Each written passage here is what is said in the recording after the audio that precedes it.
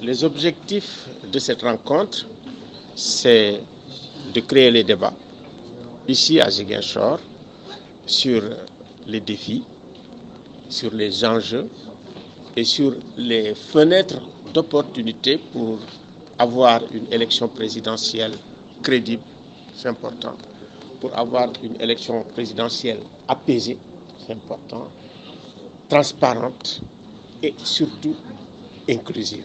C'est très important pour nous.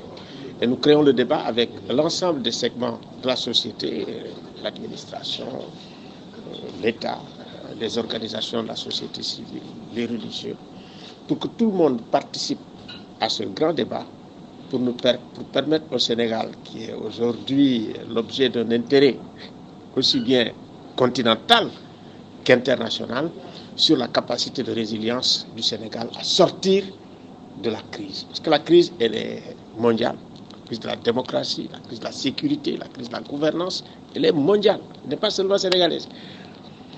Et le Sénégal aujourd'hui, quand on regarde un peu le parcours et la traversée difficile avec les violences, et aujourd'hui, quand on se rend compte qu'on est dans le débat politique, elle est polarisée.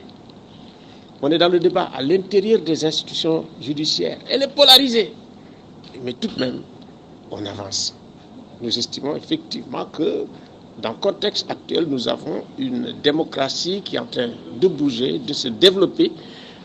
Et nous sommes en train de travailler à des anticorps contre effectivement les cassures qu'il y a ailleurs, les coups d'État militaires. Et ça intéresse les Africains. Ils ont dit, mais tiens, au Sénégal, ça bouge, il y a de la violence, il y a des tensions, mais il n'y a pas de cassure. C'est le pays roseau.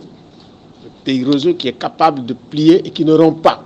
C'est-à-dire que le Sénégal a une capacité de résilience. Maintenant, comment développer cette capacité de résilience? Par le débat collectif, le débat démocratique, par la tolérance, pour vraiment sortir des incertitudes que nous avons par rapport au processus électoral actuel, par rapport à certains incidents que nous voyons, et nous dire que ce ne sont pas tout le temps les institutions qui sont capables de nous sortir par la régulation. C'est-à-dire à faire accompagner le travail des institutions pour sortir effectivement si vous voulez, de ces incertitudes par le dialogue aussi.